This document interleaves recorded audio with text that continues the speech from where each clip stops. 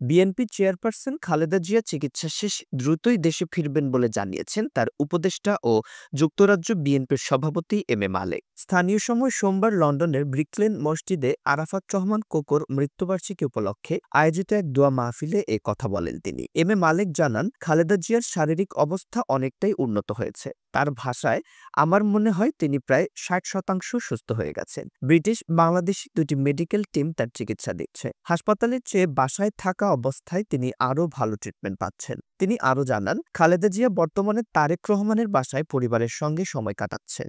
তিনি তার পুত্রবধূদের সঙ্গে বেশ হাসিখুশি সময় কাটাচ্ছেন। রোববার নেত্রীর সঙ্গে আমাদের নেতা তারেক রহমান সহ একসঙ্গে ডিনার করেছি বলেও উল্লেখ করেন তিনি। ডক্টর জোবাইদাকে খালেদা জিয়ার দেখাশোনায় নিবিড়ভাবে যুক্ত থাকতে দেখা গেছে। এম এ মালেকের মতে, খালেদা জিয়া অচিরেই দেশে ফিরবেন এবং দেশের জনগণের সঙ্গে সরাসরি সাক্ষাৎ করবেন।